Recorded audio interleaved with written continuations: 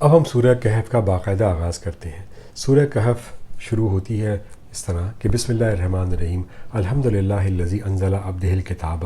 ولم یجعل لہ عوجا قیما لينذر باسا شدیدا من لدنہ یبشر المؤمنین الذین یعملون الصالحات ان لهم اجرا حسنا ماکثین فیہ ابدا وینذر الذین قالوا اتخذ اللہ ولدا ما لهم به من علمہ وللآبائہم کبرت کلمۃ تخرج من افواہہم ان یقولون الا کذبا۔ تعریف اللہ کے لیے جس نے اپنے بندے پر یہ کتاب نازل کی اور اس میں کوئی ٹیڑھ نہ رکھی،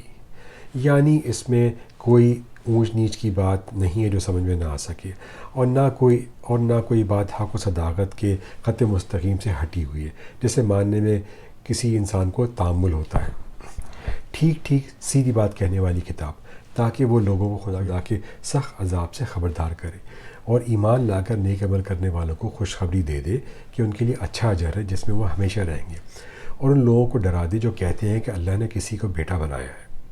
یعنی جو خدا کی طرف اولاد منسوب کرتے ہیں اس میں عیسائی بھی ہیں اور یہود بھی اور مشرکین عرب۔ اس بات کا نہ انہیں کوئی علم ہے اور نہ ان کے باپ دادا کو تھا، یعنی ان کا یہ قول کہ فلاں خدا کا بیٹا ہے یا فلاں کو خدا نے بیٹا بنا لیا ہے، کچھ اس بنیاد پر نہیں کہ ان کو خدا کے ہاں اولاد ہونے یا خدا کے کسی کو متنبع بنانے کا علم ہے، بلکہ محض اپنے وہ کیسی سخت گمراہی کی بات کہہ رہے ہیں اور کتنی بڑی گستاخی کر رہے ہیں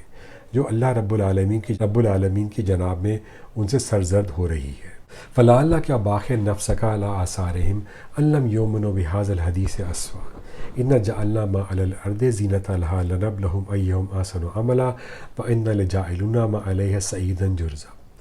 اچھا تو اے محمد، شاید تم ان کے پیچھے غم کے مارے اپنی جان کھو دینے والے ہو اگر یہ اس تعلیم پر ایمان نہ لائے۔ یہ اشارہ اس حالت کی طرف ہے جس میں اس وقت نبی صلی اللہ علیہ وسلم مبتلا تھے۔ اس سے صاف معلوم ہوتا ہے کہ آپ صلی اللہ علیہ وسلم کو رنج ان تکلیفوں کا نہ تھا جو آپ اور آپ کے ساتھیوں کو دی جا رہی تھی، بلکہ جو چیز آپ کو اندر ہی اندر کھائی جا رہی تھی وہ یہ تھی کہ آپ اپنی قوم کو گمراہی اور اخلاقی پستی سے نکالنا چاہتے تھے، اور وہ کسی طرح نکلنے پر آمادہ نہیں ہوتی تھی۔ آپ کو یقین تھا کہ اس گمراہی کا لازمی نتیجہ تباہی اور عذاب الہی ہے۔ آپ ان کو اس سے بچانے کے لیے اپنے دن اور رات ایک دیے جا رہے تھے، مگر انہیں اصرار تھا کہ وہ خدا کے عذاب میں مبتلا ہو کر ہی رہیں گے۔ اپنی اس کیفیت کو نبی صلی اللہ علیہ وسلم خود ایک حدیث میں اس طرح بیان فرماتے ہیں کہ میری اور تم لوگوں کی مثال اس شخص کی ہے جس نے آگ جلائی روشنی کے لیے، مگر پروانے ہیں کہ اس پر ٹوٹے۔ ایسا ہی حال میرا ہے، میں تمہارا دامن پکڑ کر کھینچ رہا ہوں اور تم ہو کہ آگ میں گرے پڑتے جا رہے ہو۔ اس آیت میں بظاہر تو بات اتنی ہی فرمائی گئی ہے کہ شاید تم اپنی جان ان کے پیچھے کھو دو گے، مگر اسی میں ایک لطیف انداز سے آپ کو تسلی بھی دی گئی ہے کہ ان کے ایمان نہ لانے کی ذمہ داری تم پر نہیں، اس لیے تم کیوں اپنے آپ کو رنج و غم میں گھلائے دیتے ہو؟ تمہارا کام صرف بشارت اور انداز ہے، لوگوں کو مومن بنا دینا تمہارا کام نہیں، لہٰذا بس تم اپنا فریضہ تبلیغ ادا کیے جاؤ، جو مان لے اسے بشارت دے دو، جو نہ مانے اسے برے انجام سے متنبہ کر دو۔ واقعہ یہ ہے کہ یہ جو کچھ سر و سامان بھی زمین پر ہے اس کو ہم نے زمین کی زینت بنایا ہے تاکہ ان لوگوں کو آزمائے ان میں کون بہتر عمل کرنے والا ہے، اور ہم اس سب کو ایک چٹیل میدان بنا دینے والے ہیں۔ پہلی آیت کا خطاب نبی صلی اللہ علیہ وسلم سے تھا، اور ان دونوں آیتوں کا روح سخن کفار کی جانب سے نبی کو ایک حرف تسلی دینے کے بعد آپ کے منکرین کو مخاطب کیے بغیر یہ سنایا جا رہا ہے کہ یہ سر و سامان جو زمین کی سطح پر تم دیکھتے ہو اور جس کی دل فریبی پر تم فریفتہ ہوتے ہو، یہ ایک عارضی زینت ہے جو محض تمہیں آزمائش میں ڈالنے کے لیے مہیا کی گئی ہے۔ تم اس غلط فہمی میں مبتلا ہو کہ یہ سب کچھ تمہارے عیش و عشرت کے لیے فراہم کیا ہے، اس لیے تم زندگی کے مزے لوٹنے کے سوا اور کسی مقصد کی طرف توجہ نہیں کرتے، اور اسی لیے تم کسی سمجھانے والے کی بات پر کان نہیں دھرتے، مگر حقیقت یہ ہے کہ سامان عیش نہیں بلکہ وسائل امتحان ہے جس کے درمیان تم کو رکھ کر یہ دکھایا جا رہا ہے کہ تم میں سے کون اپنی اصل کو فراموش کر کے دنیا کی نل فریبیوں میں گم ہو جاتا ہے، اور کون اپنے اصل مقصد یعنی بندگی رب کو یاد رکھ کر صحیح رویے پر قائم رہتا ہے۔ جس روز یہ امتحان ختم ہو جائے گا اسی روز یہ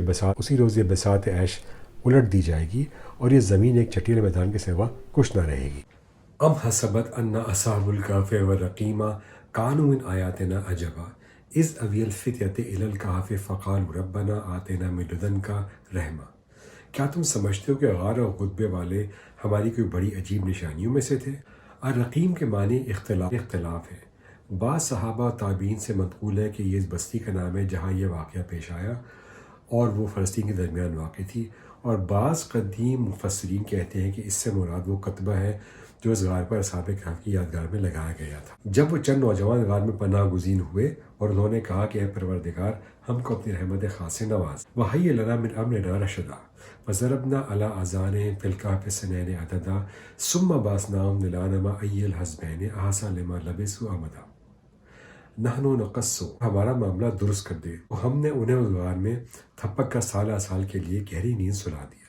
پھر ہم نے انہیں اٹھایا تاکہ وہ دیکھیں کہ ان کے دو گروہوں میں کون اپنی مدت قیام کا ٹھیک شمار کرتا ہے۔ یہاں پر رکوع نمبر 1 کا اختتام ہوتا ہے۔